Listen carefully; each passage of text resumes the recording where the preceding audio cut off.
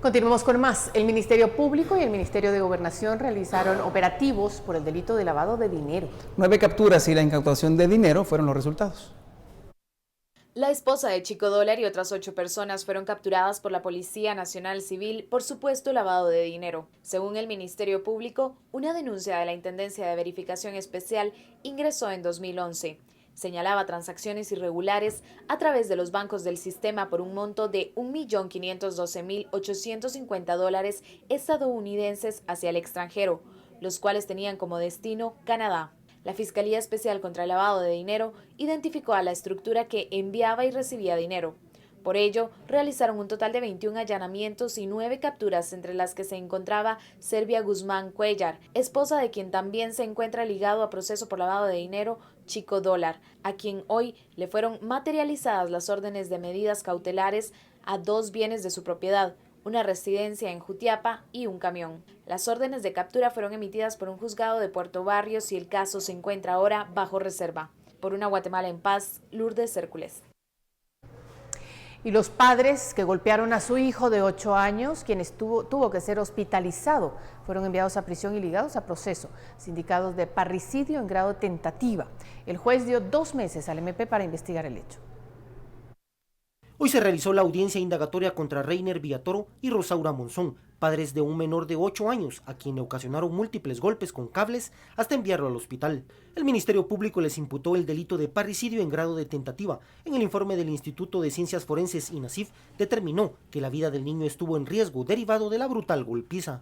Tanto lo manifiesta en su declaración, en los 2 días que fue golpeado severamente por su padre. Asimismo, él manifiesta que le estaba el motivo por el cual pues surgió el regaño, los golpes y la forma de corrección del papá. El infante declaró que durante 2 días le pegaron por un incidente ocurrido en la escuela. El MP agrega que eso fue lo que desató la furia de su progenitor y fue consentido por su conviviente.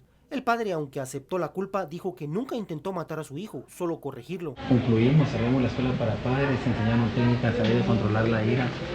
Yo incluso ahí en ese momento, cuando llego a la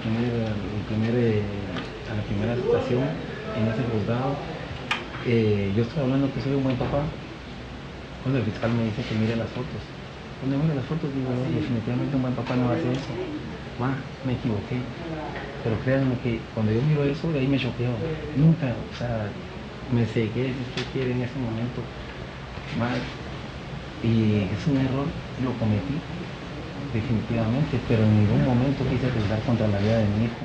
El juez 11º Eduardo Cojulum resolvió ligarlos a proceso penal y dio 2 meses al Ministerio Público para continuar con la investigación y determinar el tipo de secuelas ocasionadas a los 3 hijos que sufrieron de violencia intrafamiliar.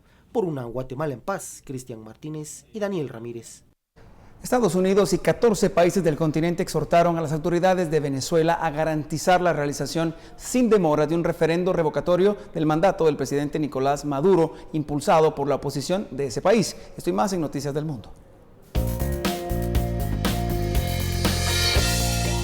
Para mí es un gusto acompañarle como todas las noches con el acontecer internacional.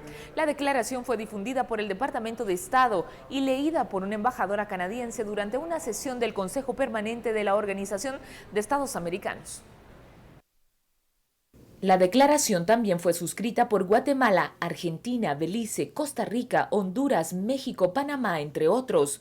Indica el texto, realiza una llamada a las autoridades venezolanas a garantizar el ejercicio de los derechos constitucionales de todos los venezolanos y que los pasos pendientes para la realización del referéndum revocatorio presidencial se adelanten de manera clara, concreta y sin demora, lo que contribuiría a la resolución efectiva y rápida de las dificultades sociales, económicas y políticas en el país. Los 15 gobiernos se pronunciaron 2 días después de que las autoridades electorales del país anunciaran el cronograma para activar el referéndum revocatorio. Durante el Foro Mundial Social número 12 en Montreal, Canadá, los asistentes reclamaron justicia por el asesinato de la ambientalista hondureña Berta Cáceres, asesinada el 3 de marzo, mientras que en Honduras alrededor de 500 personas también se movilizaron para exigir justicia. El candidato republicano a la presidencia de Estados Unidos, Donald Trump, acusó al presidente Obama y a la candidata demócrata Hillary Clinton de fundar el Estado Islámico. Trump retoma la acusación tras una sucesión de salidas de tono que han dañado su posición en la campaña para las elecciones presidenciales de noviembre. Clinton y los demócratas aprovecharon la oportunidad para cuestionar la capacidad de Trump para ser comandante en jefe de la primera potencia mundial. El presidente de Rusia, Vladimir Putin, convocó a su Consejo de Seguridad y la Armada rusa, donde anunció juegos de guerra en el Mar Negro, un día después que acusara a Ucrania de tratar de provocar un conflicto por Crimea que Moscú anexó en el 2014. La postura beligerante aumentó las preocupaciones en Ucrania de que Rusia pueda planear incrementar los enfrentamientos en una guerra entre Kiev y separatistas orientales pro-Moscú, que habían declinado en medio de un frágil proceso de paz. Por su parte, el presidente de Ucrania colocó al ejército en estado de alerta en la frontera de facto con Crimea y en el frente de Ucrania Oriental tras las acusaciones hechas por Moscú de que Ucrania envió saboteadores a realizar atentados en la península. Hasta el momento, los combates han causado más de 9.500 muertos y las batallas continúan. How are you? Good to see you. A meses de la elección presidencial en Estados Unidos, los americanos se unen a las voces de las campañas. En esta ocasión, John DiDomenico, quien ha sido un imitador de Donald Trump por más de 10 años, ha visto un auge en este negocio desde que el magnate se unió a la carrera por la Casa Blanca.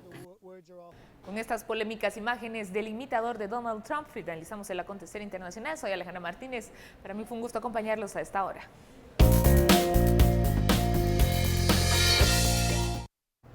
Luego de las noticias del mundo, el clima de la región.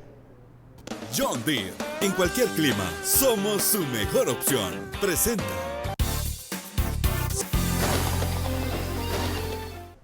Muy buenas noches, amigos, qué gusto saludarlos, informar las condiciones del clima de mañana viernes, pues donde vamos a tener aún ausencia de lluvia en la mayor parte del territorio nacional. Esto debido a que tenemos muy pocas nubes en todo el territorio guatemalteco, cielos parcialmente nublados en las primeras horas del día, aunque hacia el final de la tarde o comienzo de la noche podría llover sobre el sector de la costa sur. Según nos ha informado el INSIBUM, en las primeras horas tendremos cielos parcialmente nublados a despejados totales, esto en Ciudad de Guatemala y en la franja transversal del norte, cielos parcialmente nublados en la costa sur, sin dejar el pronóstico de lluvia sobre Retaluleu, Suchitepeques y Escuintla. Estas son las temperaturas máximas y mínimas. En la meseta central y occidental podría oscilar al mediodía entre los 24 a 27 grados centígrados, mínimo durante la noche de 10 grados en el departamento de Quetzaltenango y 9 grados en Totonicapán. Los departamentos situados en la costa sur, la mínima será de 23, la máxima podría alcanzar los 35 grados. En Chiquimula y Zacapa podrían tener 37 grados como máxima y una mínima durante la noche de 25 grados. La costa de Jutiapa podría subir a los 35 grados, Petén a los 36, Quiché con 24, 28 como máxima en las Verapaces y 32 grados en el departamento de Izabal. Mañana viernes tenemos luz solar desde las 5 horas con 47 minutos, anochecerá a las 18 horas con 27. Les saludo Marisol Padilla, que tenga buena noche. John Deere, un socio en el que puede confiar, presentó.